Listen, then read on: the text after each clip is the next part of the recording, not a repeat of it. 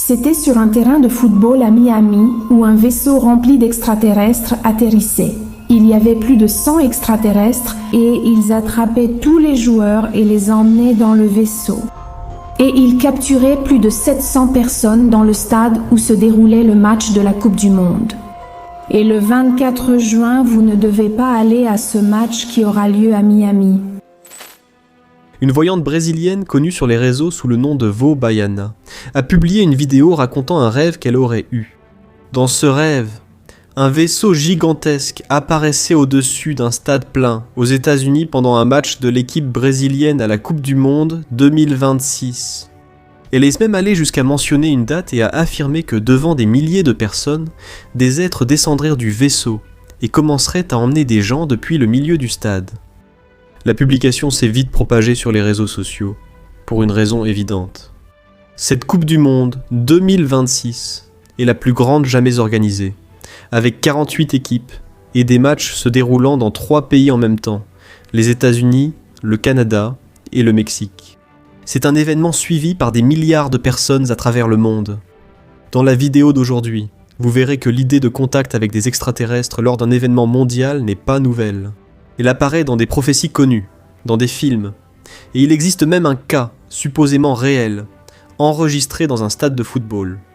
Ensuite, je te montrerai quelque chose que la Bible révèle et que peu connaissent. Mais avant cela, abonne-toi à la chaîne, car je veux t'aider dans ta marche avec Dieu chaque jour. D'accord ? Alors allons-y. Frères, quand il s'agit de contacts extraterrestres, un nom apparaît avant tous les autres. Baba Vanga. La voyante bulgare, surnommée par beaucoup la Nostradamus des Balkans, est souvent associée à des prédictions sur l'avenir de l'humanité. Parmi celles-ci, les adeptes des prétendues prophéties qui lui sont attribuées ont commencé à diffuser que 2026 serait l'année du premier contact officiel avec des êtres d'un autre monde, marqué par l'arrivée d'un grand vaisseau sur Terre. Mais il y a un détail que presque personne ne mentionne. Cette même prédiction avait déjà été associée à 2025 et était également liée à un grand événement sportif. Rien ne s'est passé et la date a simplement été repoussée. Et Nostradamus s'est retrouvé mêlé à cette histoire aussi. Mais il y a un détail important. À aucun moment, il n'a écrit la date de 2026. Ce qui se passe, c'est que beaucoup de gens prennent des vers vagues écrits par lui et essaient de les adapter à des événements actuels. Un exemple de cela concerne l'éclipse solaire totale qui aura lieu en août 2025. Au-dessus d'une partie de l'Europe. Il y a ceux qui relient cet événement à des passages où Nostradamus parle d'obscurité pendant la journée. Mais ce genre d'association apparaît généralement après que l'événement est déjà connu. Et quand on observe tout cela, on se rend compte que l'idée que nous ne sommes pas seuls dans l'univers est présentée au public depuis très longtemps. Parmi les ufologues, il existe même un terme pour cela, la divulgation progressive. L'idée est que les gens soient exposés à ce sujet petit à petit, jusqu'à ce qu'il finisse par sembler quelque chose de normal. Et cette discussion soulève aussi des questions que beaucoup de personnes associent à des interprétations bibliques. Mais avant d'aborder cette partie, il existe un cas curieux qui attire l'attention. Un match de football a déjà été interrompu à cause d'un objet non identifié dans le ciel, et l'épisode a été enregistré. Cela s'est produit le 27 octobre 1954 dans la ville de Florence, en Italie. La Fiorentina et la Pistoise étaient sur le terrain lorsque, peu après la mi-temps, quelque chose a attiré l'attention de ceux qui étaient au stade. Des milliers de supporters ont commencé à regarder le ciel en même temps, et, en quelques secondes, toute l'attention s'est détournée du match. La scène était tellement inhabituelle que l'arbitre a dû arrêter la rencontre. Et il n'y avait pas que les supporters qui ont vu cela. Parmi les joueurs se trouvait Ardico Manini. Des années plus tard, en se rappelant l'épisode, il a décrit l'objet comme quelque chose ressemblant à un gros œuf se déplaçant lentement dans le ciel. De l'autre côté, le capitaine de la Pistoise, Romulo Tussi, n'a lui non plus jamais oublié ce qui s'est passé. À l'époque, le sujet des ovnis suscitait déjà beaucoup de curiosité, mais pour lui, cela a cessé d'être simplement une histoire racontée par d'autres personnes. Il affirmait avoir tout vu de ses propres yeux, tout comme des milliers de personnes qui se trouvaient au stade ce jour-là.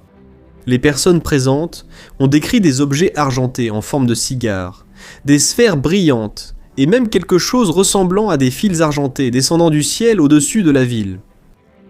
Mais réfléchis, pourquoi la prédiction d'un vaisseau dans un stade paraît-elle si familière à tous ? Parce que le cinéma dessine exactement cette scène dans notre esprit depuis des décennies. Dans le film La guerre de demain, par exemple, des soldats du futur apparaissent au milieu du terrain, pendant la retransmission d'un match de football suivi par des millions de personnes. Dans Independence Day, d'énormes vaisseaux apparaissent au-dessus des grandes villes, tandis que le monde entier suit tout cela à la télévision. Et c'est toujours la même histoire. Événement mondial, une retransmission en direct, et quelque chose d'inattendu apparaissant dans le ciel sous les yeux de millions de personnes. Voici la partie que personne dans les médias ne va te raconter. Pour beaucoup de chrétiens, ces apparitions vont bien au-delà de l'idée de visiteurs d'une autre planète. En réalité, ce qui se cache derrière ces phénomènes, c'est une manifestation spirituelle destinée à tromper les gens. Daniel Mastral, qui est décédé en 2024, disait que ce processus ne se produit pas du jour au lendemain. Selon lui, les gens sont préparés petit à petit, au fil des décennies, à travers la science, les médias et le divertissement, jusqu'à ce que l'idée d'une vie intelligente en dehors de la Terre paraisse complètement normale. Et lorsque quelque chose sera présenté comme une grande révélation, beaucoup de gens seront déjà prêts à l'accepter, sans se poser de questions. Et Daniel Mastral n'a pas été le seul à en parler. Dans les années 90, une théorie connue sous le nom de projet Bluebeam a émergé, diffusée par le Canadien Serge Monast. Selon cette théorie, des organisations comme la NASA, l'ONU et les gouvernements de plusieurs pays utiliseraient des technologies avancées, telles que des satellites et des projections dans le ciel, pour créer des apparitions religieuses ou extraterrestres capables de convaincre et d'influencer de grandes foules. Et certaines personnes estiment que, si l'enlèvement se produit, beaucoup de gens n'accepteront pas l'explication biblique selon laquelle le Christ est venu chercher son Église. C'est pourquoi, dans cette ligne de pensée, un récit d'enlèvement extraterrestre pourrait être utilisé pour expliquer la disparition soudaine de millions de personnes. Maintenant, il y a un point qui doit être très clair. Jusqu'à aujourd'hui, aucune prédiction d'invasion extraterrestre ou d'enlèvement de masse ne s'est réalisée. De la même manière, il n'existe aucune preuve publique qui démontre la visite d'êtres d'une autre planète sur Terre. C'est peut-être le fait le plus important de tout cela. Alors, une abduction extraterrestre va-t-elle se produire pendant la Coupe du Monde 2026 ? Je ne le crois pas. Je ne vois aucune base biblique pour cela. Je ne vois aucune preuve concrète et je ne vois pas non plus de raison pour qu'un chrétien vive inquiet ou soit prisonnier de ce genre de prédiction. De plus, la Bible elle-même conseille au peuple de Dieu de se méfier des devins, des médiums et de toute tentative de chercher l'avenir par des sources spirituelles qui ne viennent pas de Dieu. Dans Deutéronome 18, ce genre de pratique est interdit. Et, dans Ésaïe 8,19, il y a une question simple et directe. Pourquoi chercher des réponses ailleurs alors que le peuple peut consulter son Dieu ? Et il y a un autre point qui mérite d'être considéré.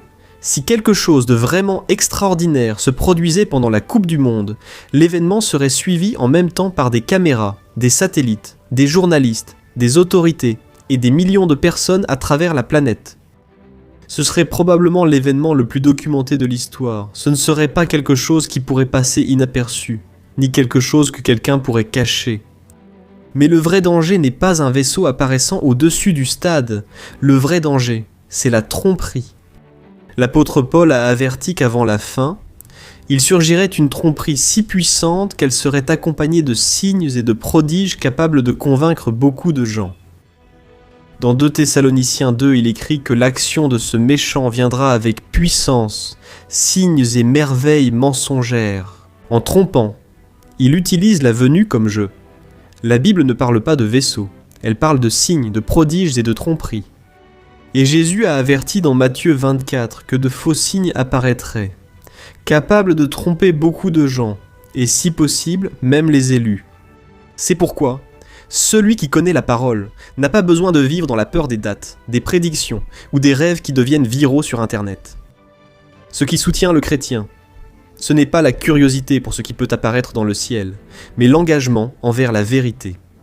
Car la grande tromperie des derniers temps ne sera pas présentée comme quelque chose d'effrayant. Bien au contraire, Cela peut arriver d'une manière qui semble convaincante et qui sera acceptée par beaucoup de gens.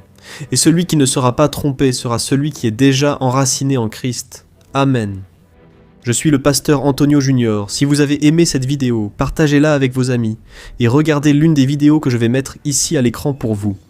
Que Dieu vous bénisse.